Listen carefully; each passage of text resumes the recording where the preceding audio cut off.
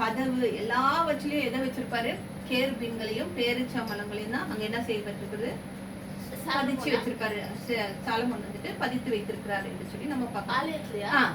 அப்போ தேவனுடைய பரிசுத்த ஸ்தலத்துல காணப்படுகிற அந்த பேரிச்சம்பழங்களை என்ன செய்யல? தேவன் தெரிந்து கொள்ளல. அப்போ தேவாலயத்துல அவர் என்ன பதிச்சு வச்சிருக்கிறாரு? பேரிச்சம்பழங்களை தெரிந்து வச்சுக்கிறாரு. ஆனா அவர் எதை தெரிந்து கொள்கிறார்? வனாந்தரத்துல ஒதுக்கப்பட்ட முள்ளும் குறுக்குமான ஒன்றுத்துக்கும் பயன்படாத முச்செடியை தெரிந்து கொள்கிறார் அப்படின்னு சொல்லி நம்ம பார்க்கணும். அப்படி நம்முடைய வாழ்க்கையும் அதோட அப்படியே பார்க்கும்போது நம்முடைய வாழ்க்கையும் சிலருடைய வாழ்க்கையில நம்ம என்ன செய்வோம்? நிறைய பேர் யாருக்குமே பயனுள்ளதாக இருக்க மாட்டோம். நம்முடைய வாழ்க்கை எப்படி இருக்கும்? முள்ளும் குறுக்குமாக இருக்கும். தேவனுக்கு முன்பாக இந்த காரியங்கள் எல்லாம் நம்ம தேவனுக்கு முன்பாக என்ன செய்ய முடியாது படுத்துது? ஏறெடுக்க முடியாமல் இருக்கக்கூடிய காரியங்களாக இருக்கிறது அப்படின்னு சொல்லி நம்ம பண்ணலாம். ஆனா தேவனுக்கு எப்படிப்பட்ட ஒரு இருதயம் தேவைப்படுகிறதா இருக்கிறது? இப்படிப்பட்ட இருதயம். 1 கொரிந்தியர்ல கூட பார்க்கும்போது அவர் பலமுள்ளவனை தெரிந்து கொள்ளாமல் யாரை தெரிந்து கொள்கிறார்? பலவீனனை தெரிந்து கொள்கிறார். அவர் வந்து அறிவுள்ளவனை தெரிந்து கொள்ளாமல் எதை தெரிந்து கொள்கிறார்? பைத்தியத்தை தெரிந்து கொள்கிறார் என்று சொல்லி பார்க்கிறோம். அப்போ இப்படிப்பட்ட நல்ல கனித்தர மரம் இதை எல்லாமே அவர் தெரிந்து கொள்ளாமல் யாரை தெரிந்து கொள்கிறார்? முச்செடி, முள்ளும் குறுக்குமா இருக்கிறார். இது மனதையுடைய மக்களை என்ன செய்கிறவரா இருக்கிறார்? தேவைப்படுகிறதா இருக்கிறார், தேர்ந்து கொள்கிறார். அதுதான் அவருக்கு என்ன படுகிறதா இருக்கிறது? தேவைப்படுகிறதாக இருக்கிறது என்று சொல்லி பார்க்கிறோம். அப்போ அடுத்தது பார்க்கும்போது கனித்தரும் மரங்களை எல்லாம் நம்முடைய நாட்டுல என்ன செய்வாங்க? அதை இப்போ ஒரு செடியை நட்டு வைக்கிறாங்கன்னா அதுக்கு பெரிய பராமரிப்பெல்லாம் பண்ணுவாங்க இல்லையா? அது மரமா வளரணும்னா அதுக்கு நிறைய கல்டிவேஷன்லாம் பண்ணுவாங்க இல்லையா? ஆனா இந்த முட்புதரை போல யாருமே இந்த முட்புதரை யாருமே நட்டு வைக்கணும்லாம் இல்லை இல்லையா? இதுக்கு அந்த முட்புதரை நட்டு வச்சு அதுக்கு தண்ணி ஊற்றி அதை வளர்க்கணும் அப்படின்றதெல்லாம் ஒரு காரியம் கிடையாது. அதை பராமரிக்கிறதும் இல்லை. அது தானாகவே என்ன செய்கிறது? வளருகிற ஒரு செடியாக இருக்கிறது. நம்ம இந்த பழங்கள் எல்லாம் பார்க்கும்போது அப்படியே ஒரே முள்ளா இருக்கிற காரியங்கள் கேக்கட்ஸ் இதெல்லாம் சொல்லுவாங்க இல்லையா? அப்படியே ஃபுல்லா முள்ளா இருக்கும். அது வந்து பயங்கர விஷம் உள்ளதா இருக்கும், குத்துனா கூட அப்படின்னு சொல்லி சொல்லுவாங்க. அப்போ இதெல்லாம் வந்துட்டு இந்த கனித்தர மரம் எல்லாம் யாருக்கு உபயோகமா இருக்கு? மனுஷனுக்கு மிகவும் உபயோகமா பிரயோஜனமா இருக்கிறது. ஆனா இந்த முச்செடியெல்லாம் மனுஷனுக்கு எப்படியா இருக்கிறது? மனுஷனுக்கு வேதனைய உண்டாக்குகிறதா இருக்கு. கனித்தர மரம் என்ன செய்கிறது? அவனுக்கு நல்ல மனுஷனுக்கு பிரயோஜனமா இருக்கு. ஆனா இந்த முச்செடி அவனுக்கு வேதனை தருகிறதாக இருக்கிறது அப்படின்னு சொல்லி பார்க்கணும். அப்போ அது எரிப்பதற்கு மட்டும்தான் இந்த முச்செடி எதுக்கு பயன்படுகிறது? எரிப்பதற்கு மட்டும்தான் பயன்படுகிறது என்று சொல்லி பார்க்கிறோம். அதுவும் எப்படி எரிக்கப்பட வேண்டும்? அக்கினியினாலே சுட்டெரிக்கப்பட வேண்டும் என்று சொல்லி பார்க்கிறோம். அடுத்தது நம்ம பார்க்கும்போது இந்த எரிகின்ற முச்செடி யாருக்கு நிழலா இருக்கிறது? இயேசு கிறிஸ்துவுக்கு நிழலாக இருக்கிறது என்று சொல்லி நாம பார்க்கிறோம். பழைய ஏற்பாட்டுல அதான் சொன்ன சுத்தரிக்கப்படுகிற எல்லா நிறைய காரியங்கள் யாருக்கு இயேசு கிறிஸ்துவுக்கு நிழலா இருக்கிறது அப்படின்னு சொல்லி நாம பார்க்கிறோம். இந்த எரிகின்ற அந்த முச்செடி எதற்காக அடையாளப்படுத்தப்படுகிறது அப்படின்னு சொல்லி பார்ப்போம்னா, அந்த முச்செடி எரிஞ்சுக்கிட்டு இருக்கு, ஆனாலும் என்ன செய்யப்படவில்லை? அது எரிந்து சாம்பலாகவில்லை என்று சொல்லி நம்ம பார்க்கணும். இதை நம்ம வந்து எதை குறிக்குது அப்படின்னு சொல்லி பார்க்கோம்னா, எகிப்துல வந்து இஸ்ரவேல் ஜனங்களை வந்து எகிப்தியர்கள் என்ன செஞ்சாங்க? அவங்கள வந்து அப்படியே வந்து அவர்களை கொடுமைப்படுத்தினாங்க அப்படின்னு சொல்லி பார்க்குறோம் இல்லையா? எகிப்துல வந்துட்டு இஸ்ரவேல் மக்கள் வந்துட்டு எகிப்தியர்கிட்ட அவ்வளவு அடிமைத்தனத்துல இருந்தாங்க அப்படின்னு சொல்லி நம்ம பார்க்குறோம். அப்போ அவங்க எல்லாம் என்ன செய்யறாங்க? அந்த இஸ்ரவேல் ஜனங்கள் எல்லாம் இந்த எகிப்தியர் ஆலோட்டிகளை வச்சு அவங்களை என்ன செய்யறாங்க? ரொம்ப கடினமாக அவங்கள நடத்துறாங்க அப்படின்னு சொல்லி. அப்புறம் அந்த மாத்திரம் அவங்க வந்து எதுல செய்யணும்? வேலை செய்யணும். செங்கல் சூளையில வேலை செஞ்சுக்கிட்டு இருக்கிறாங்க. அப்புறம் அந்த செங்கல் சூளையில வந்து அந்த செங்கலை அறுத்து அப்புறம் அதை எதுல கொண்டு வைக்கணும்னா எரிகின்ற ஜுவாலையில கொண்டு அதை வச்சு அதுக்கப்புறம் வந்து அவங்க அதை என்ன செய்வாங்க? கட்டுமான பணிக்கெல்லாம் அதை பயன்படுத்துவாங்க. இப்போ நம்ம எப்பவுமே இந்த செங்கல் எல்லாம் செஞ்சாங்கன்னா ஒரு எல்லாத்தையும் வெட்டினது எல்லாத்தையும் அடுக்கி வச்சு என்ன செய்வாங்க? அதுக்கு கீழே நெருப்பை போட்டு எரிய வைப்பாங்க. அப்பதான் அது வந்துட்டு என்னவாகும்? நல்லா ஸ்டிஃபான ஒரு செங்கல்லா, நமக்கு உறுதியான ஒரு செங்கல்லா கிடைக்கும் அப்படின்னு சொல்லி பார்க்கணும். அப்போ இப்படியான காரியத்துக்கு அவங்க என்ன செய்கிறார்களாக இருக்கிறார்கள்? எகிப்தியர் வந்து இஸ்ரவேலரை அவ்வளவு வேதனைப்படுத்துறாங்க, கொடுமைப்படுத்துறாங்க அப்படின்னும் போது அவங்களால வாயை திறந்து கூட என்ன செய்யப்பட முடியவில்லை, பேசப்படவில்லை. அப்ப அவங்களுடைய அந்த சத்தம் மனசுல அவங்க எழுப்புற அந்த குரல் சத்தம் வானமட்டம் என்ன செய்யப்படுகிறதா இருக்கிறது, ஆண்டவரிடத்துல எட்டுகிறதாக இருக்கிறது என்று சொல்லி பார்க்கிறோம். அப்போ இதுக்கு ஒப்பனையாக அப்படிப்பட்ட ஒரு நெருக்கத்திலும் இடுக்கத்திலும் இஸ்ரவேல் மக்கள் அவ்வளோ நெருக்கம் அவங்களுக்கு, என்ன அவங்கள போட்டு அவ்வளோ நெருக்குறாங்க, கொள்றாங்க. அதனால அவங்க என்ன பண்ணவில்லை, அழிந்து போகவும் இல்லை, ஒடுங்கி போகவும் இல்லை என்று சொல்லி நம்ம பார்க்கிறோம் இல்லையா. அவங்க அவ்வளோ தூரம் நெருக்கப்பட்டாலும் அவங்க அழிந்தும் போகவில்லை, என்ன செய்யப்படவில்லை, குறுகி போகவில்லை. ஏன்னா இந்நேரம் அவங்க அடுத்த பாட்டுக்கெல்லாம் என்ன செஞ்சிருப்பாங்க, நிறைய பேர் மரித்து போயிருப்பாங்க. ஆனா அவங்க என்ன செஞ்சாங்க, நாளுக்கு நாள் பெருகிக்கிட்டே போறாங்க, பெருகிக்கிட்டே போறாங்க அப்படின்னு சொல்லி நாம பாக்குறோம். அப்போ எகிப்துல எவ்வளவுதான் அந்த ஆலோட்டிகள் எகிப்தியர்களை வந்துட்டு எகிப்தியர்கள் இஸ்ரவேல் ஜனங்களை கொடுமைப்படுத்தினாலும் அங்கே ஆண்டவர் என்ன செய்யறாரு, அவங்களை ஆசீர்வதித்து அவர்களை தழைக்கிறார். அவங்களுக்கு பாடுகள் தான், அவங்களுக்கு அவ்வளோ பாடுகள் இருந்தாலும் ஆண்டவர் என்ன செய்கிறாரு, அவங்களை தழைக்க செய்கிறார் என்று சொல்லி பார்க்கிறோம். இது ஒரு விதமான அவங்களும் வந்து ஒரு முட்செடியை போல இல்ல அந்த பூக்கும் வாழ்க்கையில வந்து அவங்க இருந்தாங்க அப்படின்னு சொல்லி பார்க்குறோம். இது ஒரு விதமான அடையாளமாக காண முடியும். அப்புறம் வந்துட்டு இந்த இப்படிப்பட்ட ஒரு முட்செடியை மோசைகிட்ட மட்டும் அவரு மோசைகிட்ட மட்டும் மோசையோட காலத்துல மட்டும் இந்த முட்செடியை தெரிந்து கொள்ளவில்லை. இதுக்கு முன்னால ஒரு இடத்துல முட்செடி இருக்குது, அது எது இதப்ப தெரிந்து கொண்டார் என்று ஒரு முட்செடி. இதுக்கு முன்னாடி மோசைக்கு முன்னாடி ஒரு இடத்துல கர்த்தர் முட்செடியை தெரிந்து கொள்கிறார் என்று சொல்லி நம்ம பார்க்கிறோம். உலக தோற்றத்துக்கு முன்பாகவே ஆண்டவர் வந்துட்டு இந்த முட்புதரை தன் மனசுல நிர்ணயித்துக்கிட்டு மனுஷ குலம் வந்துட்டு இந்த பாவத்துல விழ போகிறது, அதுக்காக அந்த ரட்சணத்திற்காக அவர் என்ன செய்கிறார், தன் குமாரனை பலியாக செலுத்த போகிறார். அதுக்கு அடையாளமாக முட்புதரை என்ன செய்கிறார், ஆண்டவர் உலக தோற்றத்துக்கு முன்பே தெரிந்து கொண்டார் என்று சொல்லி நாம பார்க்கிறோம். எப்ப பார்க்கிறோம்னா மோசைக்கு முன்பாகவே அவரு தன் மகனை அபிரகாம் பலியிட அழைத்து செல்லும் பொழுது, ஈசாக்கை அழைத்து செல்லப்படும் பொழுது பாக்குறோம் இல்லையா, அங்கே ஒரு ஆட்டுக்கடா எதுக்கு நடுக்கும் அதனுடைய கொம்பு எதுல சிக்கிட்டு முட்செடியிலே சிக்கி கொண்டிருக்கிறது என்று சொல்லி நாம ஒரியா மலையில அவர் பலி செலுத்த கொண்டு போகும்போது அப்பவே தன்னுடைய ஒரே மகனை தன்னுடைய இந்த மக்கள் இந்த சந்ததி வந்து பாவத்திலே விழ போகிறது, இவர்களை காப்பாற்ற என்ன செய்கிறாரு, அப்பவே தன்னுடைய மகனை அவர் அப்பவே தெரிந்து கொள்கிறார் என்று சொல்லி தேவனாகிய கர்த்தர் தன் குமாரனை தெரிந்து கொண்டார் என்று சொல்லி நாம பார்க்கிறோம். அப்போ அப்புறம் தான் அந்த அந்த ஆட்டுக்குட்டியை எடுத்து அவர் என்ன செய்தார், தகனம் பண்ணிட்டார்.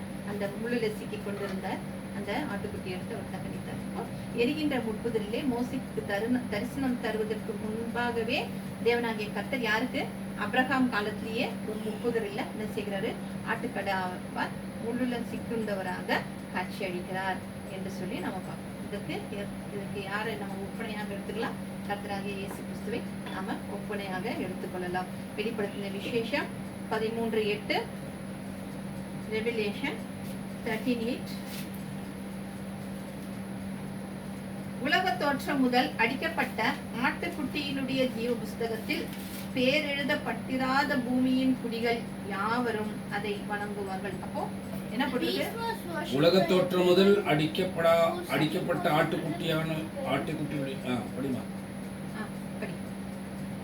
The beast was worshipped by everyone whose name wasn't இங்க மைக் எடுத்து படி.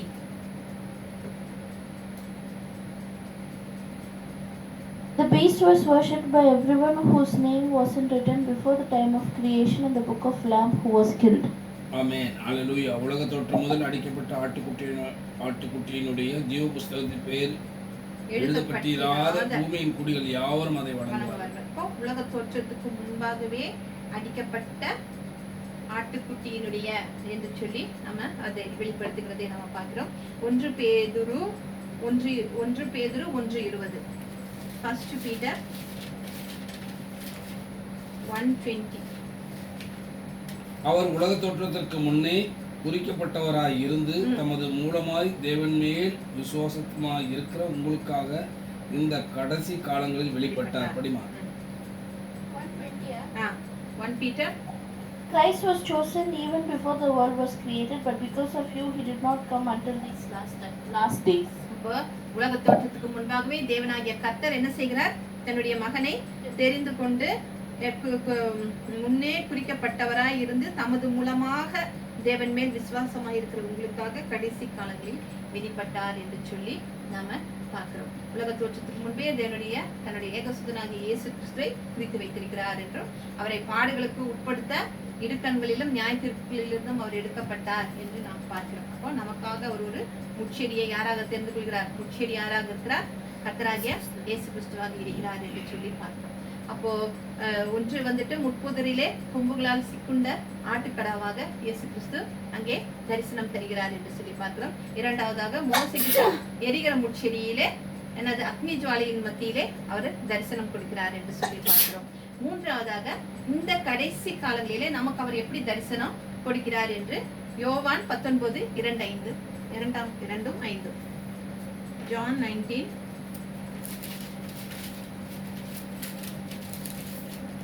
John 19, 2 2, and 5 2 to 5 or 2 and 2 5. and 5 John 19. The soldiers made a crown out of thorn branches and put it on Jesus.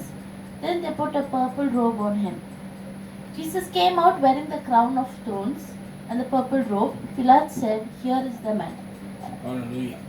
போர்ச்சேவகர் முள்களினால் ஒரு முடியை பின்னி அவர் சிரசின் மேல் வைத்து சிவப்பான ஒரு அங்கியை அவருக்கு உடுத்தி இயேசு மறுபடியும் சிவப்பங்கியை தரித்தவராய் வெளியே வந்தார். அப்பொழுது பிலாத்து அவர்களை நோக்கி, இதோ இந்த மனுஷன் என்றார்.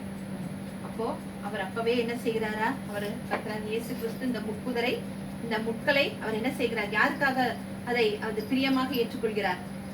ஐயோ எனக்கு வைக்காதீங்க, எனக்கு முள்முடியெல்லாம் வைக்காதீங்க, கொள்ளாதீங்கன்னு அப்படின்னு நான் சொன்னார். அதாவது அந்த முள்முடியை அவர் சிறுச்சில வைத்து அடிக்கும் பொழுது அந்த முள்ளு வந்து என்ன வரைக்கும் வந்துச்சோ அவருடைய கண்ணு வரைக்கும் அந்த முள்ளு வந்தது அப்படின்னு சொல்லி நம்ம பார்க்கிறோம். அப்போ அந்த இந்த முட்புதரை இந்த முட்செடியை முட்களை வந்துட்டு அவர் என்ன செய்கிறார்? நமக்காக அவர் என்ன செய்கிறார்?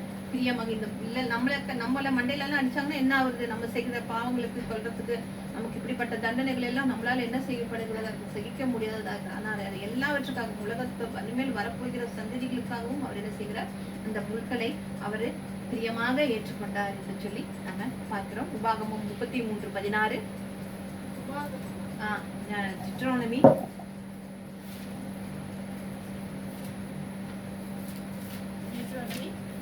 33:16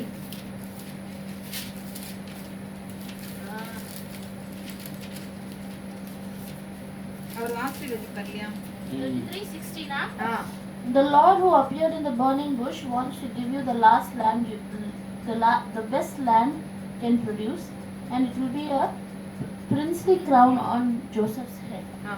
நாடும் அதில் நிறைவும் கொடுக்கும், அருமையான தானியங்களினாலும் ஆசீர்வதிக்கப்படுவதாக. முட்செடியில் எழுந்தருளினவர் தயை இயேசுவினுடைய சிரசின் மேலும் அவர் சகோதரன் மேலும் விசேஷத்தினுடைய உச்சந்தலை மேலும் வருவதாக. ஆமென். அப்போ மோசே என்ன செய்யறாரு? தான் மத்திற்கு முன்பாக அந்த 12 கோத்திரங்களையும் என்ன செய்கிறார்? ஆசீர்வதிக்கிறார் என்றும் அங்கு யோசேப்பின் பங்காக ஆசீர்வாதத்தை கூறும்போது மோசே என்ன சொல்கிறார்? முட்செடியில் எழுந்தருளவருடைய தயை யாருடைய சிரசின் மேல்?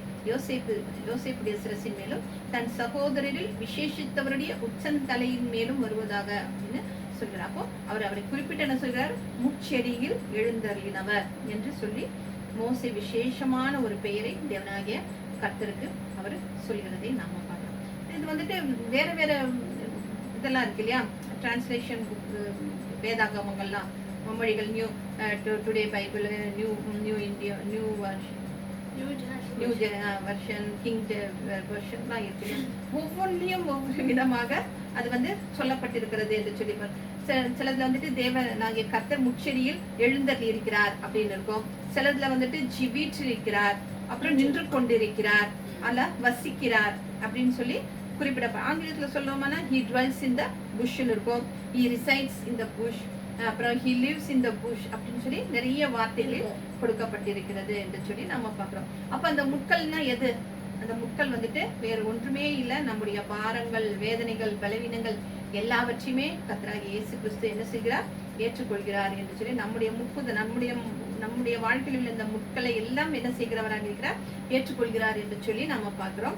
நம்மோடு அவர் இதையெல்லாம் ஏற்றுக்கொண்டு அவர் என்ன செய்கிறார்? நம்மை லகுவாக்கி நம்மோடு கூட அவர் வாசம் செய்ய விரும்புகிறவராக இருக்கிறார். நம்முடைய பாடுகளின் மத்தியில அவரு எழுந்தருளி இருக்க விரும்புகிறார் என்று சொல்லி நம்ம பார்க்கிறோம். அப்போ நம்ம முதல்ல என்ன பார்த்தோம்? முதல் வார்த்தை என்ன பார்த்தோம்? why God choose எதுக்கு அந்த முட்செடியை தேவன் தெரிந்து கொண்டார் என்று சொல்லி பார்க்கிறோம். இரண்டாவது வந்துட்டு மனுஷன் மனிதனுடைய வாழ்விடம் ஏன் முள்ளும் குறுக்குமா மாறி போச்சு? மனுஷனுடைய வாழ்வு வந்துட்டு ஏன் முள்ளும் குறுக்குமாக மாறிவிட்டது சொல்லி பார்க்கும்போது நம்ம சொல்லுவோம், முள்ளு வந்துட்டு எதனுடைய அடையாளம்னு சொல்லி பார்ப்போம்னா சாபத்தினுடைய விளைவாக வந்தது என்று அப்படின்னு சொல்லி நம்ம பார்க்கிறோம். ஆதியாகமம் 3:17-18 3:17-18 பின்பு தேவனாகிய கர்த்தர் ஆதாமை நோக்கி, நீ உன் மனைவியின் வார்த்தைக்கு செவி கொடுத்து புசிக்க வேண்டாம் என்று நான் உனக்கு விலக்கின விருட்சத்தின் கனியை புசித்தபடியினாலே பூமி உன் நிமித்தம் சமைக்கப்பட்டிருக்கும். நீ உயிரோடு இருக்கும் நாளெல்லாம் வருத்தத்தோடு அதன் பலனை புசிப்பாய். அது உனக்கு முள்ளும் குறுக்கும் விளைப்பிக்கும் என்று சொல்லி என்ன சொல்கிறார்? அவர்களை என்று சொல்லுகிறார் என்று சொல்லி நாம பார்க்கிறோம். அவர் வந்துட்டு ஆதாமையா சபிச்சாரு?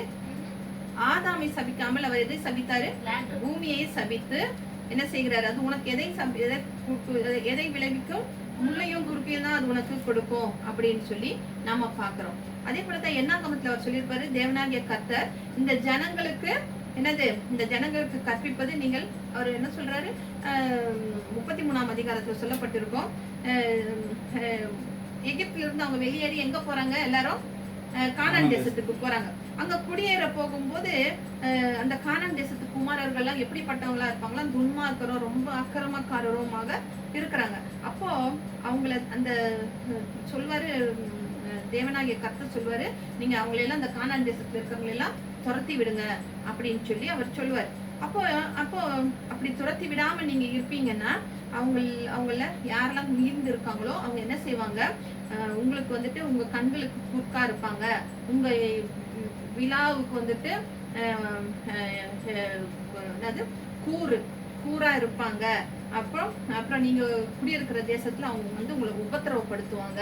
அது மாத்திரம் இல்லாம அவங்க அப்படின்னு சொல்லி சொல்லுவார். அப்ப அந்த புற ஜாதிகள் வந்து கானான் தேசத்துல குடியிருக்கிறாங்க.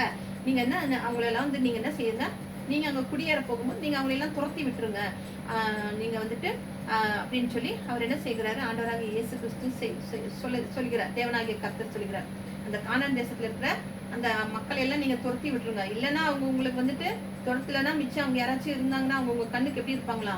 முள்ளா இருப்பாங்க, உங்க விழாவுக்கு வந்து கூரா இருப்பாங்க அப்படின்னு. ஏன்னா அவங்க என்ன செய்வாங்களா? கடைசியில வந்துட்டு அவங்களுடைய பழக்க வழக்கங்கள், அவங்களுடைய தெய்வங்கள், அவங்களுடைய கலாச்சாரம் இது எல்லாத்தையும் நீங்க கத்துக்கிட்டு நீங்க என்ன செய்வீங்க? சோரம் போய் விடுவீங்க அப்படின்னு சொல்லி ஆண்டவர் சொல்லுகிறத நம்ம பார்க்கிறோம். அவங்க உங்க கண்களுக்கு என்னவா இருப்பாங்க? முள்ளுகளாகவும் குறுக்குகளாகவும் உங்களுக்கு விழாவுக்கு குத்துகின்ற குறுக்குகளாக இருப்பார்கள் என்று சொல்லி நம்ம பார்க்கிறோம். அப்போ தேவனுடைய பிரமாணத்தை மீறி அவருக்கு விரோதமாக பாவம் செய்யும் போதுதான் இந்த காரியங்கள் வந்துட்டு நம்ம கண்களுக்கு எப்படியா வருது? முள்ளாக வருகிறது என்று சொல்லி பார்க்கிறோம். அதுக்கு ஆண்டவர் ஒரு பரிகாரத்தை தான் என்ன செய்கிறாரு? சிலுவையில முள்முடியை தந்து யாருக்கு? தலைமையில இயேசுக்கு என்ன செய்கிறாரு? தன் தலைமையிலே அதை சுமந்து கொண்டார் என்று சொல்லி பார்க்கிறோம். அதான் நான் சொன்னது போது அவர் தலையில அடிக்கும் பொழுது அந்த முட்கள் எங்க வந்துச்சா? அவர் தலையிலிருந்து இறங்கி அவர் கண் வரைக்கும் அந்த முள்ளு சென்று இருக்குதுன்னா அப்போ அது அந்த முள்ளு எவ்வளவு பெரிய முள்ளா இருந்திருக்கும், அதனுடைய வேதனை எப்படிப்பட்டதாக இருந்திருக்கும் என்று சொல்லி. அப்போ நம்முடைய கண்ணுல அந்த முள்ளு தைக்க கூடாது அப்படிங்கிறதுக்காக அவர் அந்த முல்லை நமக்கு சும்மா ஒரு கண்ணில் ஒரு சின்ன ஒரு தூசி போயிட்டாலும் ஐயோ கண்ணை ஊது கண்ணில் என்னமோ போயிடுச்சுன்னுட்டு நம்ம என்ன செய்யறோம்? கண்ணில் தண்ணியை வைக்கிறோம், பூன்னு சொல்லி ஊதுறோம் இல்லையா? கண்ணை போட்டு கசுக்கிறோம். ஆனா ஒரு முள்ளே வந்து அவருடைய கண்ணை நம்மளுடைய கண்களில முள்ளு தைக்கக்கூடாது என்பதற்காக அவர் என்ன செய்கிறாரு? தன்னுடைய தலையிலே சிரசிலே அவர் என்ன செய்கிறார்? முட்செடியை ஏற்றுக்கொள்கிறார் என்று சொல்லி பார்க்கிறோம். அதே போல தன்னுடைய விழாக்களில கூறுகள், நம்முடைய விழாக்களில அந்த கூறும் முள்ளும் அந்த கூறு தைக்காதபடிக்கு அவர் என்ன செய்கிறாரு? தன்னுடைய விழாவை பிளப்பதற்கு அவர் அனுமதிக்கிறார் என்று சொல்லி என்னுடைய கொட்டி பாரிடும் போது அதுல இருந்து நீரும் தண்ணீரும் வெளியானது என்று சொல்லி பார்க்கிறோம். கடைசி ஊற்று ரத்தம் வரைக்கும் அவர் என்ன செய்கிறார், நமக்காக அவர் சிலுவையில சிந்தி விட்டார் என்று சொல்லி பார்க்கிறோம். அப்போ நம்முடைய பாடுகளை ஏற்றுக்கொண்டார். அப்போ நம்முடைய வாழ்விடம் என்னது, முட்களாக மாறியது என்று சொல்லி அவரும் என்ன செய்யறார், அந்த முட்செடியில வசிக்க. நீங்க முட்களா இருக்கிறீங்களே, முட்செடியில இருக்கீங்களே, நீங்க இவ்வளவு கஷ்டப்படுறீங்களேன்னுட்டு அவரும் என்ன செய்கிறார், அந்த முட்செடியிலே அவர் வசிக்க விரும்புகிறார் என்று சொல்லி நம்ம பார்க்கிறோம். அப்போ கர்த்தர் வந்துட்டு எசேக்கியா தீர்க்கதரிசியை அழைத்து சில காரியங்களை அறிவிக்கிறார். எசேக்கியா 2:6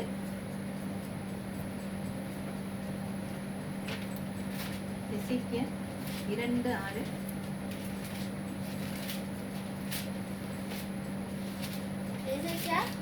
2:6 மனுபுத்திரனே, நீ அவர்களுக்கு பயப்பட வேண்டாம், அவர்கள் வார்த்தைகளுக்கும் அஞ்ச வேண்டாம். நெரிஞ்சல்களுக்குள்ளும் முள்ளுகளுக்குள்ளும் நீ தங்கி இருந்தாலும், நீ தேள்களுக்குள் வாசம் பண்ணினாலும், நீ அவர்கள் வார்த்தைகளுக்கு பயப்படாமலும் அவர்கள் முகத்துக்கு கலங்காமலும் இரு. அவர்கள் கலக வீட்டார். Don't be afraid of them or of anything they say. You may think you are in the middle of a thorn patch or a bunch of scorpions, but be brave. அதாவது எசேக்கியேல் கிட்ட அவர் சொல்றாரு, இவங்கெல்லாம் இப்படி இருப்பாங்க அப்படின்னு சொல்லி அவர் எசேக்கியாவை என்ன செய்கிறார், தேற்றுகிறவராக இருக்கிறார், பலப்படுத்துகிறவராக இருக்கிறார். ஏன்னா எசேக்கியாவுடைய இருப்பிடம் எப்படி இருந்தது அப்படின்னு சொல்லி பார்த்தோம்னா, அவருடைய இருப்பிடம் வந்துட்டு இஸ்ரவேல் ஜனங்க சுற்றி இருக்கிற அந்த, அதாவது எசேக்கியாவை சுற்றி இருக்கிற அந்த இஸ்ரவேல் ஜனங்களே எப்படி இருக்கிறாங்களா, நெரிஞ்சல்களும் முள்ளுகளுமாக காணப்படுகிறார்கள் அப்படின்னு சொல்லிட்டு அவர்களுக்கு விரோதமாக நான் உன் நெற்றியை என்ன பண்ணுவேன், பலப்படுத்துவேன், கெட்டிப்படுத்துவேன் அப்படின்னு சொல்லிட்டு தான் ஆண்டவர் என்ன செய்கிறார், நீ அவங்கள பார்த்துலாம் நீ பயப்படாத அப்படின்னு சொல்லிட்டு அவங்களுக்கு விரோதமாக நான் உன் நெற்றியை கெட்டிப்படுத்தினேன், பயப்படாதே, அவர்களுடைய வார்த்தைகளுக்கு பயப்படாதே என்று சொல்லி ஆண்டவர் யாரை திடப்படுத்துகிறார், எசேக்கியாவை திடப்படுத்துகிறார் என்று சொல்லி பார்க்கிறோம். முட்களுக்குள் எசேக்கியா வசிக்க போகிறார்.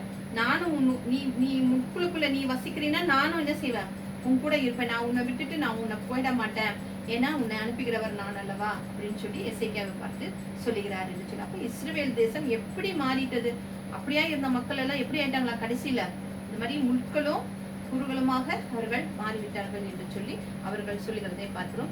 மீகா 7:4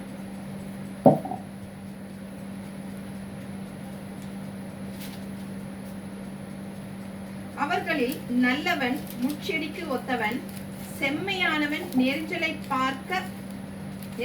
பார்க்கிலும் கடும் கூர்மையானவன்.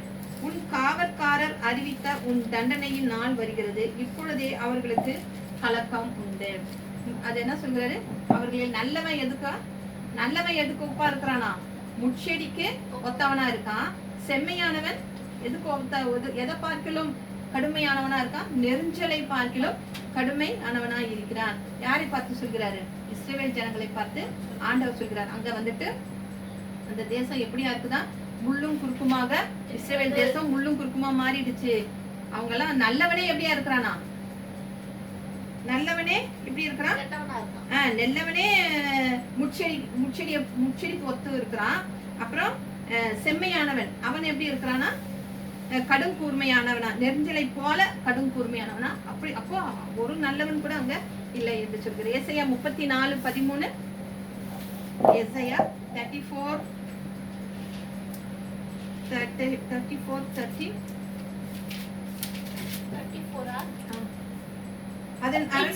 Its palaces and fortresses will be covered with thorns, only wolves and ostriches will make their home there. அதன் அரண்மனைகளில் முட்செடிகளும் அதன் கோட்டைகளில் காஞ்சொரிகளும் முட்பூண்டுகளும் முளைக்கும். அது வலு சர்ப்பங்களின் தாபரமும் கோட்டான்களின் மாளிகையுமாக இருக்கும். அதுலயே 32:13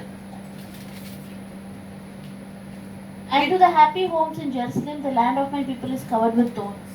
என் ஜனத்தின் உடைய நிலத்திலும் கலிகூர் இருந்த நகரத்திலுள்ள சந்தோஷம் நிறைந்த எல்லா வீடுகளிலும் முட்செடியும் நெரிஞ்சலும் முளைக்கும். அப்போ சாபத்தின் நிமித்தமாக மனுஷனுடைய வாழ்விடம் எப்படியாக மாறிவிட்டது, முள்ளும் குறுக்குமாக மாறிவிட்டது என்று சொல்லி நம்ம பார்க்கிறோம். அதுதான் நம்முடைய பாடுகளையும் வேதனைகளையும், நம்முடைய சஞ்சலம், அலுப்பு, பாரம், முட்கள் எல்லாவற்றையும் இயேசு கிறிஸ்து என்ன செய்கிறார், நமக்காக சிலுவையிலே. பழைய ஏற்பாட்டுல அதை ஏற்றுக்கொள்வதற்கு யாருமே இல்லை. ஆனா புதிய ஏற்பாட்டுல இவைகளை எல்லாம் ஏற்றுக்கொள்வதற்கு யாராக இருக்கிறார், கர்த்தராகிய இயேசு கிறிஸ்து எல்லாவற்றையும் நம்மோடு ஏற்றுக்கொண்டு நம்முடைய மத்தியிலே வாசம் செய்ய விரும்பி அவர் எங்கிருந்து வராரு, பரத்திலிருந்து இறங்கி வந்து அதை மாற்ற விரும்புகிறார் என்று சொல்லி நாம பார்க்கிறோம். டைம் ஆயிடுச்சா?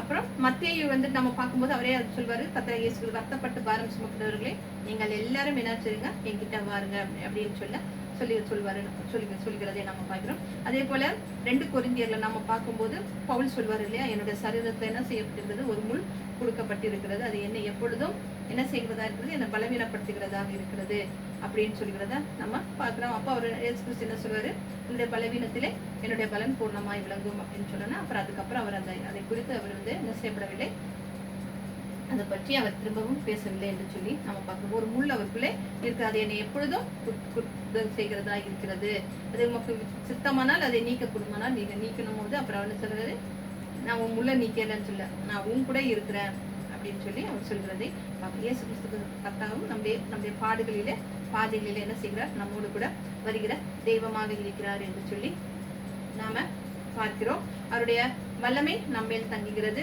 நம்முடைய பாடுகளை வேதனைகளை நீக்க அவர் விரும்புகிறார் என்று சொல்லி நாம பார்க்கிறோம். 3வதாக மனுஷனுடைய இருதயம் எப்படியாக மாறுகிறது, முட்புதராக மாறுகிறது என்று சொல்லி ஆதி ஆகமத்தை பார்க்கும்போது சாபத்தின் விளைவாகத்தான் என்ன செய்கிறது, அவர் சொல்கிறார் இல்லையா, முட்கள் வந்தது என்று நாம பார்க்கிறோம். மனுஷனுடைய அக்கிரமம் பூமியில பெறுகிறது என்று சொல்லி அவனுடைய இருதயத்தின் நினைவுகள் எல்லாம் என்னது, தோற்றமெல்லாம் அவர் மனுஷனை உண்டாக்குனதற்காகவே அவர் என்ன செய்தாரு, வருத்தப்பட்டார் என்று சொல்லி நித்தமும் கொள்ளாதது என்று கர்த்தர் சொல்லுகிறது பார்க்கிறோம். அப்போ மனுஷனுடைய இருதயம் எப்படியாக மாறிவிட்டது, முட்புதராக. இப்ப பார்க்கும்போது மனுஷனுடைய இருதயம் எப்படிதான் இருக்குது, அப்படித்தான் இருக்கிறது இல்லையா. ஆதியாகமம் பார்க்கும்போது பேழையிலிருந்து நோவா வெளியே வர்றாரு, கர்த்தருக்கு வந்து தகன பலிகளை செலுத்துகிறாரு. அப்போ கர்த்தர் இதை என்ன சொல்கிறாரு, சுகந்த வாசனையை கர்த்தர் முகந்தார். அதாவது நோவா வந்துட்டு பலி கொடுக்கும் பொழுது சொல்கிறார், முதல்ல அந்த நோவாவை விட்டு இறங்கணும்னு அவர் என்ன செய்கிறாரு, சுகந்த வாசனையை நுகர்ந்தார் என்று சொல்லி நம்ம பார்க்கிறோம். அப்போ கர்த்தர் இனி நான் என்ன செய்ய போறேன், இனி மனுஷன் நிமித்தமாக நான் இந்த பூமியை நான் சபிப்பது இல்லை அப்படின்னு அவர் சொல்கிறத நம்ம பார்க்கிறோம். இப்போ மனுஷனுடைய இருதயத்தின் நினைவுகள் அவன் சிறு வயது தொடங்கி என்ன செய்தா இருக்குதான், பொல்லாததாக இருக்கிறது.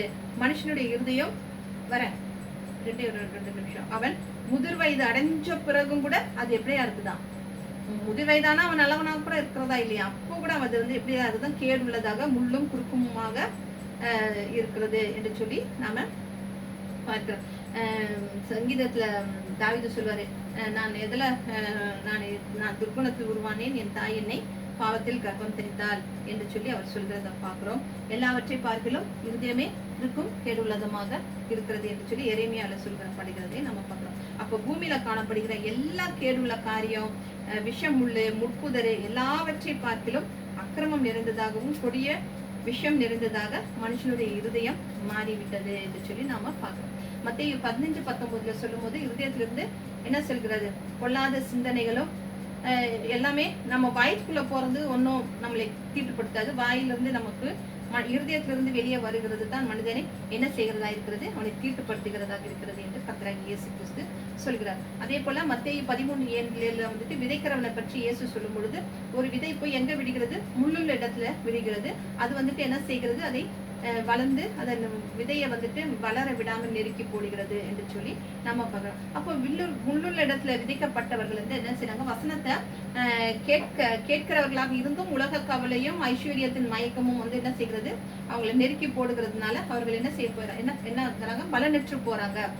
தேவனுடைய வார்த்தையை வந்து உள்ள வளர விடாம இந்த முட்கள் என்ன செய்கிறது, அதை நெருக்கி போடுகிறது. இப்படிப்பட்ட முட்களின் நடுவே வாசம் செய்யத்தான் யார் விரும்புகிறார், கர்த்தராகிய இயேசு கிறிஸ்து விரும்புகிறார், நம்முடைய இருதயத்தை மாற்ற விரும்புகிறார் என்று சொல்லி நாம பார்க்கிறோம். எபிரேயர்ல நம்ம பார்க்கும்போது, தன்மேல் அடிக்கடி பெய்கிற மழையை குடித்து அப்படின்னு சொல்லி ஒரு வசனம் வரும். எவ்வளவோ கிருபைகளை நம்ம பெற்றும் ஆண்டவருடைய வார்த்தை நம்ம எவ்வளோ கத்துக்கிட்டு வந்து கிருபைகளை பெற்றுக்கொள்கிறோம். ஆனாலும் நம்ம வந்துட்டு அவருடைய வார்த்தை நமக்கு உள்ள போய் நம்ம இருதயம் வந்துட்டு என்ன செய்யணும்னா மாறவில்லை அப்படின்னு சொல்லப்படுமானா அது சுட்டெரிக்கப்படுவதற்கு தான் சரியானது. அந்த இருதயம் அது முட்புதரை போல சுட்டெரிக்கப்படுவதற்கு தான் சரியானது. இப்படிப்பட்ட இருதயத்தை ஆண்டவர் என்ன செய்கிறாரு, இப்படிப்பட்ட இருதயத்தை தான் ஆண்டவர் தன்னுடைய வார்த்தையை அனுப்பி நம்மை மாற்ற விரும்புகிறார், நம்முடைய இருதயத்தை புதுப்பிக்க விரும்புகிறார் என்று சொல்லி பார்க்கிறோம். தேவ கிருபை என்ன வந்து, அப்போ அவருடைய கிருபை எப்படி பொழிகிறதா, ஒரு வான் மழையை போல நம்ம மேல பொழிகிறது. அப்போ அந்த பொழியும் பொழுது அந்த வார்த்தை அப்படிங்கிற விதை வந்து நமக்குள்ள விதைக்கப்படுகிறதா இருக்குது. அது பல மடங்கு நமக்கு பலன் கொடுத்து நமக்கு வந்து பிறருக்கு பிரயோஜனமாக இந்த ராஜ்யத்துக்கு பயனுள்ளதாக மாற்றத்தான் என்ன செய்கிறாராக இருக்கிறார் ஆண்டவர் விரும்புகிறார் என்று சொல்லி நாம பார்க்கிறோம். அப்போ நம்முடைய இருதயத்துல என்ன இருக்கிறது, எதனால நம்முடைய இருதயத்தை நம்ம இருதயத்துல என்ன இருக்கு, எதனால நம்ம இருதயத்தை நிறைச்சு வச்சிருக்கிறோம், நம்முடைய கர்த்தருடைய வார்த்தையினால நம்முடைய வார்த்தையை நிறைச்சு வச்சிருக்கிறோமா, இல்ல நம்முடைய இருதயத்தை நிறைய கனவு, கசப்பு, கோபம், விரோதம், காழ்ப்புணர்ச்சி, தேவனுக்கு விரோதமான பகை, பாவம், இதெல்லாம் தான் நம்ம என்ன செய்கிறோம், நம்முடைய இருதயத்தை விதைத்து வைத்திருக்கிறோம் என்று சொல்லி நாம பார்க்கலாம். அப்போ ஒரு வார்த்தை இருக்குது இல்ல, மகளே உன் இருதயத்தை எனக்கு தான், உன் கண்கள் என் வழிகளை நோக்குவதாக. அப்போ அவர் என்ன கேட்கிறவராக இருக்கிறார், நம்முடைய இருதயத்தை கேட்கிறவராக இருக்கிறார் என்று சொல்லி நாம பார்க்கிறோம். விசுவாசத்தினால என்ன செய்கிறார், இயேசு கிறிஸ்து நம்முடைய இருதயத்திலே வாசம் பண்ண விரும்புகிறவராக இருக்கிறார். அப்போ நம்முடைய இருதயம் எப்படிப்பட்டதாக இருந்தாலும் சரி, முள்ளும் குறுக்குமாக, இல்ல கேடு உள்ளதாக, இல்ல சபிக்கப்பட்டதாக இருந்தாலும் சரி, இல்ல கவலைகளோ வேதனைகளோ பாடுகள் நிறைந்ததாக இருந்தாலும் ஆண்டவர் என்ன செய்ய விரும்புகிறார், அதிலே வாசம் பண்ண விரும்புகிறார் என்று சொல்லி நாம பார்க்கிறோம். ஏசாயா 63 கூட சொல்லியிருப்பாரு, அவருடைய எல்லா நெருக்கத்திலும் அவர் என்ன செய்யப்பட்டார், அவர் எல்லா நெருக்கத்திலையும் அவர் நெருக்கப்பட்டார் என்று சொல்லி நாம பார்க்கிறோம். அப்போ நம்முடைய இருதயம் எப்படிப்பட்டதாக இருந்தாலும் நம்மோடு சேர்ந்து அவரும் என்ன செய்ய, இப்ப நம்ம பாடு அனுபவிக்கிறோம்னா அவரும் நம்ம கூட சேர்ந்து பாடு அனுபவிக்கிறவராக இருக்கிறார் என்று சொல்லி நம்ம பார்க்கிறோம். நம்மை போலவே அவர் எப்படி இந்த இருக்கணிலும் நியாய தீர்ப்பிலும் இருந்து எடுக்கப்பட்டார் என்று சொல்லி நம்ம எபிரேயர் 4:15 பார்க்கிறோம். அப்போ அவருடைய நாமம் என்னன்னு எழுதிருக்குது, முட்செடியினில் எழுந்தருளினவர் என்று சொல்லி உபாகமத்துல 33:16 சொல்லப்பட்டிருக்கிறது என்று சொல்லி பார்க்கிறோம். யோவான் 14 சொல்வார், ஒருவன் என்னில் அன்பா இருந்தால் அவனுக்குள் நான் வந்து என்ன செய்வேன், வாசம் பண்ணுவேன் என்று சொல்கிறார். வாசற்படியில் நின்று இதோ நான் கதவை தட்டுகிறேன், ஒருவன் என் சத்தத்தை கேட்டு கதவை திறந்தால் நான் அவனுக்குள் பிரவேசித்து அவனோடு நான் வாசம் பண்ணுவேன் என்று சொல்லி. என் போர் அடிக்குதா என்று நாம பார்க்கிறோம். அடுத்ததாக அந்த அந்த பொழிந்து விட்டு இருக்கிற அந்த அக்கினி சுவாலை நம்முடைய இருதயத்தை மாற்றுகிறதாக இருக்கிறது என்று சொல்லி பார்க்கிறோம். அக்கினி அப்படின்னு சொல்லி போட்டோம்னா அவருடைய வார்த்தை எப்படி இருக்குதா, ஒரு அக்கினியை போலும் கண்மணியினருக்கும் செம்மட்டியை போலவும் இருக்கிறது அப்படின்னு சொல்லி நம்ம எதுல பார்க்கிறோம்னா எரேமியா 20. அப்புறம் அவருடைய வார்த்தை எப்படி இருக்குதா, அக்கினியை போல இருக்கிறது என்று சொல்லி பார்க்கிறோம். அப்போ நம்ம கையில வைத்திருக்கிற வேதம் எப்படியா இருக்குது, அக்கினியை போல் இருக்கிறது என்று சொல்லி நம்ம பார்க்கிறோம். அப்போ இறுதியமாக அந்த முட்புதரிலே தேவனாகிய கர்த்தர் வார்த்தையாகிய அந்த அக்கினியை கொண்டு நமக்கு என்ன செய்கிறார், ஜுவாலித்து எரிய நம்முடைய இருதயத்திலே ஜுவாலித்து நம்ம எரிய விரும்புகிறார். நம்முடைய அந்த பழைய வீட்டுல எல்லாம் அந்த ரோமன் கேத்தலிக் வீட்டுல எல்லாம் பாத்தீங்கன்னா இயேசு கிறிஸ்து இப்படி இருப்பாரு, அந்த இருதயம் மட்டும் அப்படியே ஒரு மாதிரி எரியிற மாதிரி இருக்கும். பார்த்திருக்கீங்கல்ல, எல்லார் வீட்லயும் அந்த இயேசு கிறிஸ்துடைய போட்டோ வச்சிருக்கும் போது அந்த இருதயம் வந்து அப்படியே கொழுந்து விட்டு எரியிற மாதிரி அவங்க போட்டிருப்பாங்க. அப்போ அப்படியாக அவரு நம்முடைய இருதயத்திலே கொழுந்து விட்டு ஜுவாலி தேரிய விரும்புகிறார் என்று சொல்லி நாம பார்க்கிறோம். யோவான் ஸ்நானகத்தை மத்தேயுல பார்க்கும்போது யோவான் ஸ்நானகன் சொல்லுவார் இல்லையா, நான் வந்து மனம் திரும்புதலுக்கு என்று நான் உங்களுக்கு ஞானஸ்நானம் கொடுக்க வந்தேன், ஆனா எனக்கு பின்னால ஒருத்தர் வருகிறார், அவர் வந்துட்டு பரிசுத்த ஆவியினாலும் அக்னியினாலும் உங்களுக்கு ஞானஸ்நானம் கொடுப்பார் அப்படின்னு சொல்லி யோவான் ஸ்நானகன் சொல்லுகிறதை பார்க்கிறோம். அப்போ நாம வந்து நம்முடைய இருதயத்தை என்ன செய்ய வேண்டும், ஆண்டவரிடத்துல ஏறெடுத்து படைக்க வேண்டும். அப்போ அவருடைய நம்ம இருதயத்தை அவருடைய வார்த்தையினாலே நம்மை நிரப்பி